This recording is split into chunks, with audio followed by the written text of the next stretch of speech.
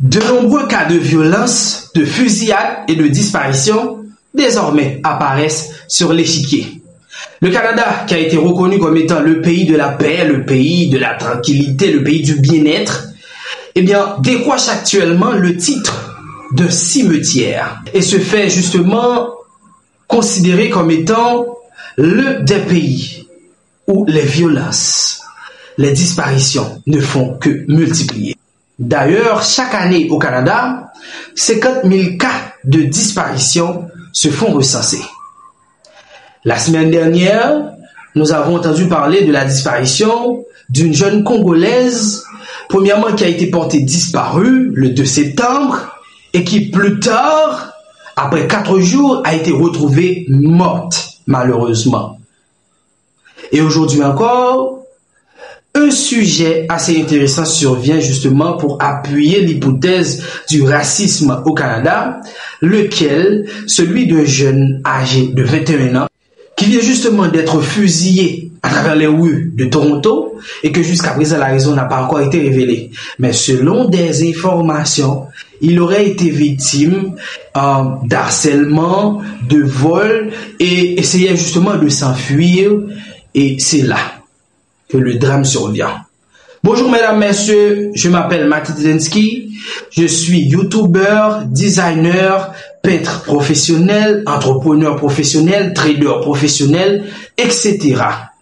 Aujourd'hui, je suis content d'être avec vous pour vous informer, car mon objectif est de vous informer et de vous former avec professionnalisme et intégralité, convenablement comme cela devrait être fait.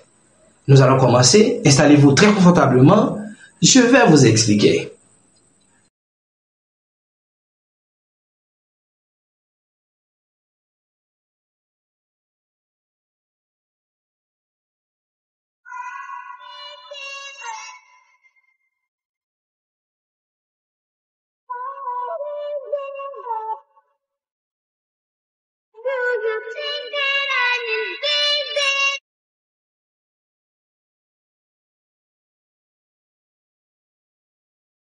Nous, en tant qu'expatriés de partout, nous sommes souvent confrontés à ce problème de sécurité, qu'il s'agit de travailleurs, qu'il s'agit d'étudiants.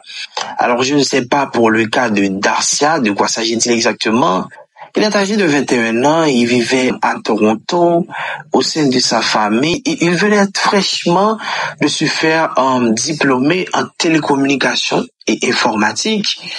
Donc, il était au sommet, justement, de sa carrière. Alors, il venait également de décrocher une sorte de promotion dans son travail. Il travaillait où? En fait, il travaillait dans une banque. Alors, c'est en sortant de travail, il devrait se rendre au Québec très bientôt. Alors, c'est en rentrant de travail de très tard, en circulant auprès de chez lui, auprès de sa voiture, qu'il s'est fait harcelé par des voleurs. Et bien justement, qui, selon les dires, aurait voulu lui voler ses gadgets électroniques, sa voiture, etc. Alors, le jeune Garcia, a fait preuve de résistance, il a résisté, et de là étant, on lui a tiré dessus. Et lorsque Garcia a remarqué que le duel était beaucoup trop dangereux pour lui, alors il s'est mis à courir.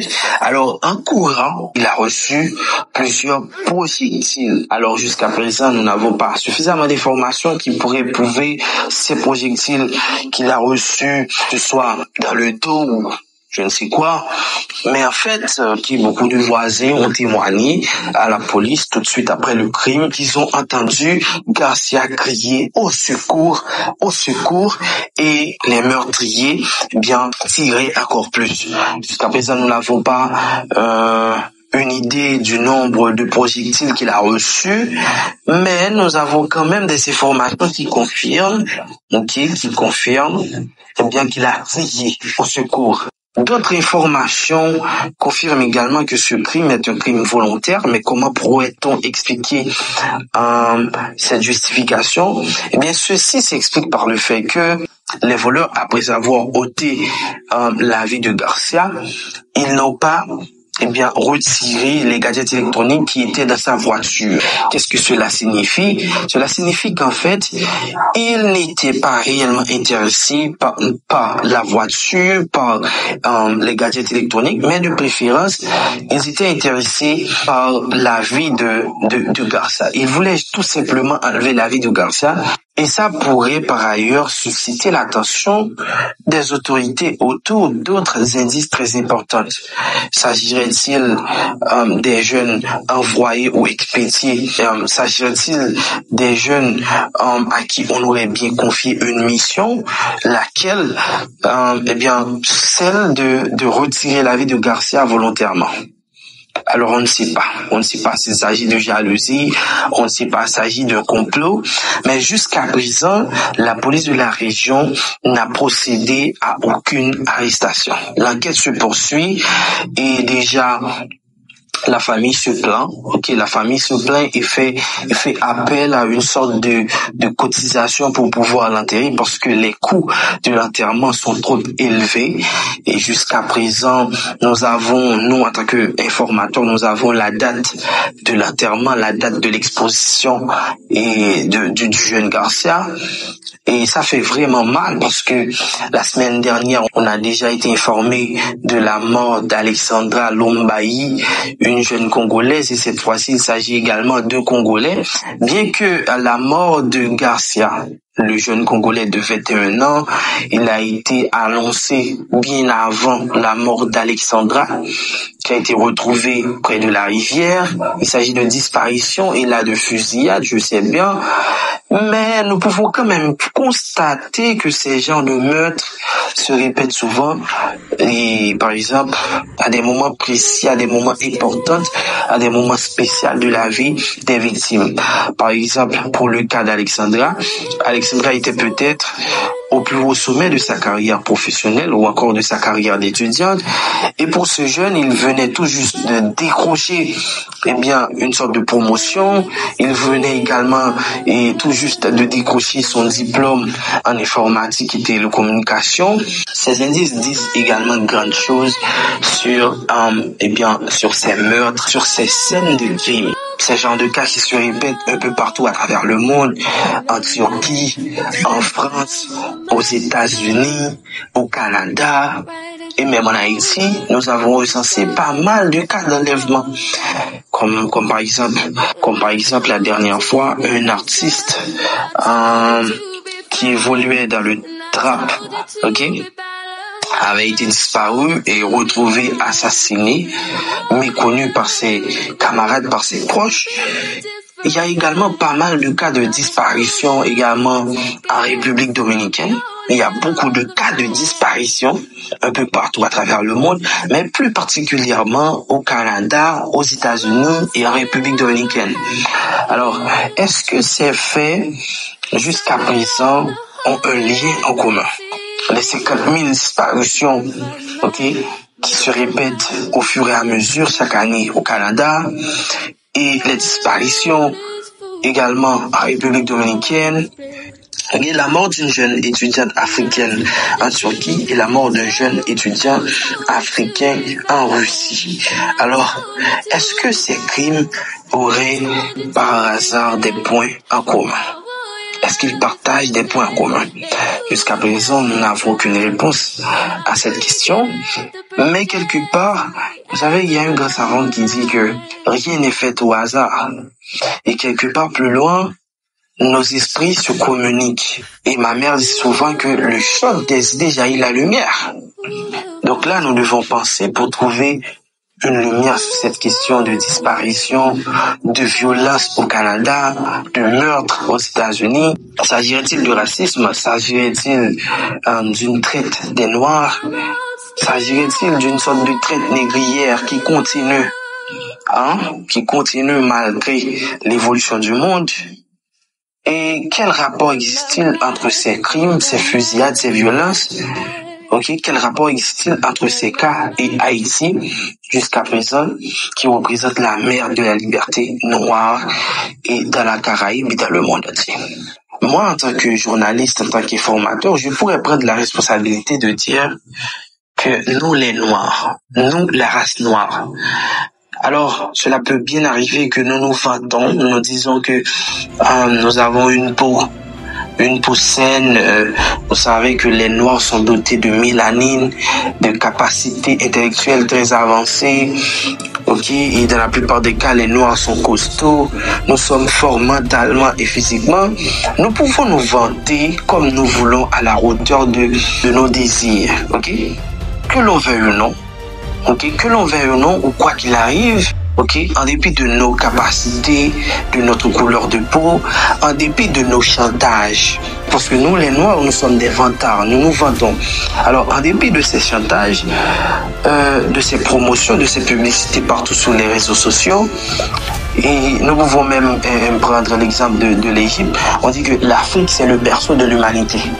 Ok, on dit même parfois, nous disons que il est fort improbable que nos premiers parents ont été des Noirs, à la personne d'Adam et Ève, et parfois il y en a même qui désignent Jésus comme étant un homme qui a été noir, un homme noir.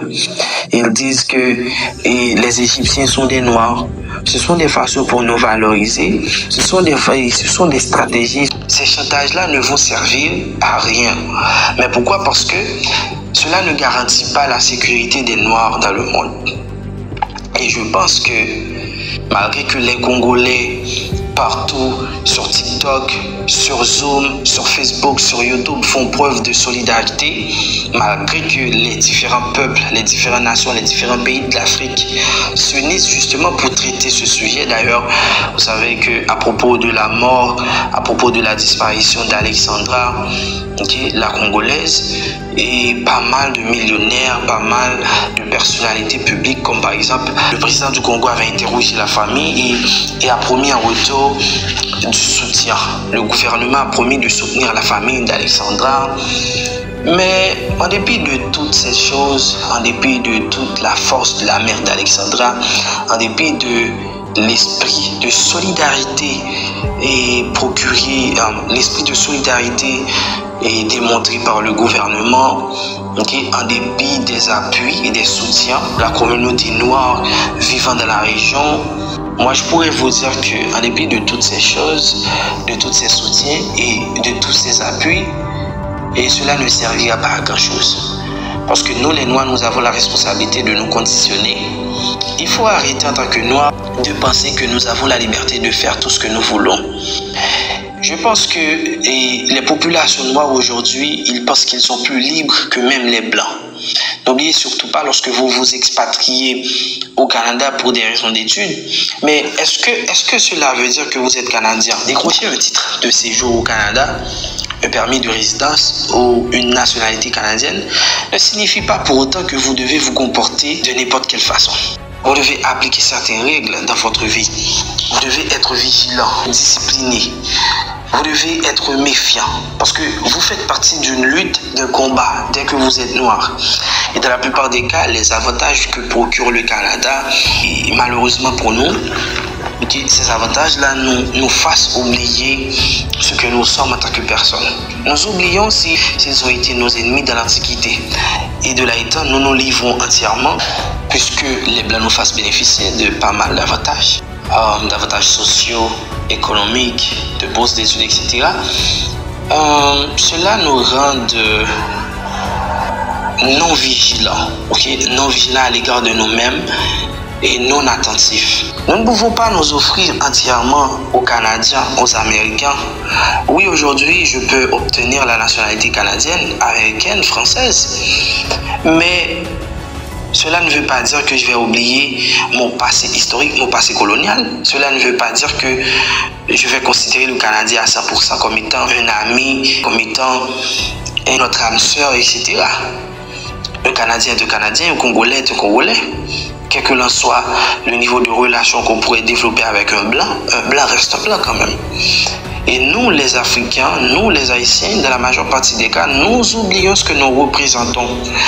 Nous nous humilions, nous nous prosternons justement et devant les Blancs, devant les avantages qu'ils procurent, devant de nombreux bénéfices, de profits que nous pouvons faire dans leur pays.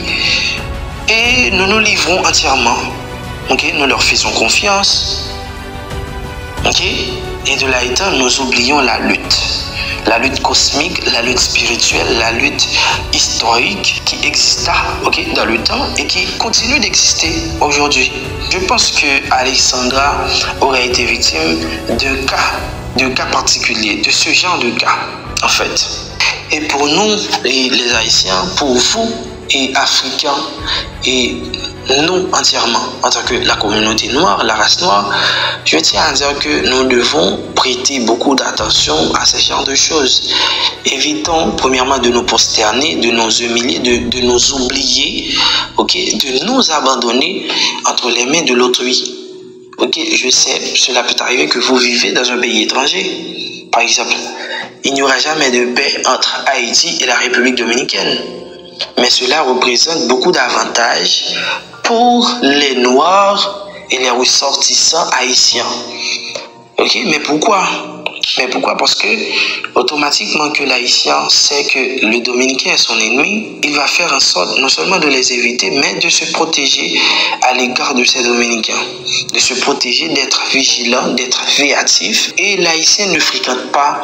Ok, vous savez, il y a un problème d'échange, il y a un problème d'interaction sociale entre l'Haïtien et le Dominicain. Ce problème exista dans le temps et continue d'exister aujourd'hui encore. Mais ce problème, ce conflit qui subsiste entre les deux nations représente parfois un très grand avantage pour les Haïtiens.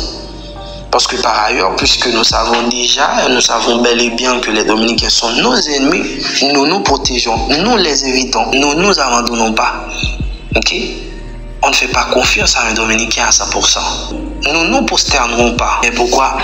Parce que vous savez très bien que dans la mesure où vous vous laissez aller, vous vous laissez emporter par la confiance, ok? Vous vous considérez comme Dominicain, vous serez probablement déçu. Non seulement et par la honte, mais également par la discrimination, la violence, etc. Mais je pense que c'est également le cas pour ces Africains et ces Haïtiens, pour ces expatriés noirs qui disent que le Canada est un pays de paix, un pays de bien-être, ok, un pays de tranquillité. Vous devez savoir que oui, le pays est un pays de paix, un pays de tranquillité, mais c'est pas chez vous. Tout peut changer à n'importe quel endroit, à n'importe quel moment. Tout peut basculer un jour. Un beau jour, vous pouvez vous réveiller et entendre que désormais tous les Africains doivent rentrer chez eux. Désormais, tous les Haïtiens doivent rentrer chez eux. D'ailleurs, vous voyez qu'aux États-Unis, les républicains promettent, dès leur arrivée au pouvoir, ils vont déporter un grand nombre d'Haïtiens. Ce sont des choses que nous, les Haïtiens, nous acceptons. Et à force d'accepter ce genre de choses, nous devenons encore plus vigilants, plus attentifs, plus méfiants. Il faut se méfier des Blancs. Vous ne pouvez pas confier aux Blancs la vie de vos enfants comme ça. Ok, mon enfant est parti. Ok, alors je me suis dit, puisque je vis au Canada, le pays de la paix, de la tranquillité, le pays du bonheur, du succès, le pays facile, c'est rien du tout. Ok, d'ailleurs, il n'y a pas de banditisme, il n'y a pas de criminalité. C'est comme si le Canada était le paradis. Mais vous vous foutez, bordel. Qu'est-ce que vous foutez, hein? Alors, vous vendez vos enfants et par la suite, vous allez demander au ministère de la Justice, vous allez demander à la police, vous allez demander des rançons. Et par contre, c'est vous qui négligez vos enfants. Vous négligez vos enfants parce que vous pensez que le Canada est meilleur que l'Afrique. Le Canada est meilleur qu'Haïti. Le Canada est meilleur, ok, que chez moi, que chez vous, que chez nous. Et alors ici, vous négligez. Et vous savez quoi? Le prix de la négligence est cher. Le prix de la négligence est cher. Aujourd'hui, si je viens en Haïti et ma fille, bon, je n'ai pas de fille malheureusement, mais dans le cas où j'aurais une fille ou un garçon, si mon enfant m'écarte pendant 5 minutes, là je devrais m'inquiéter parce que je sais que naturellement, normalement, Haïti est un pays de guerre, un pays qui traverse une crise socio-politico-économique. Mais pourquoi l'Africain dans son pays aurait pu s'inquiéter plus rapidement, aurait pu prêter beaucoup plus d'attention que s'il vivait au Canada? Parce que l'Africain sait que son pays a pas mal de sécurité qui surgit, que son pays a pas mal de criminalité, de violence. Mais arrivé au Canada, l'Africain ferme ses deux yeux, fait confiance aux Blancs, fait confiance au pays, malgré que ce pays n'est pas les leurs. Non, mais non, cela ne marche pas ainsi. Hein. Ok, il faut s'inquiéter pour sa fille, il faut s'inquiéter pour son fils. Peu importe le niveau de vie que ce pays pourrait offrir. Il faut s'inquiéter, peu importe le niveau de vie que ce pays pourrait offrir. Il faut s'inquiéter. Et concernant ce mec qui vient de perdre la vie, moi je ne vais pas m'attarder pour dire qu'il s'agit exactement du même cas qu'Alexandra, mais quand même, cela pourrait arriver qu'il a été buté par des Blancs. Alors je pense que nous devons remettre en question ces indices, ces facteurs, et nous devons essayer d'associer toutes ces violences, ces crimes, ces disparitions ensemble pour essayer de voir un peu plus loin s'il ne s'agirait pas, vous savez, qui est les maîtres du monde. Est-ce que ce sont des faits qui arrivent par hasard? Ça, c'est une question que nous devons à tout prix débattre dans une prochaine vidéo.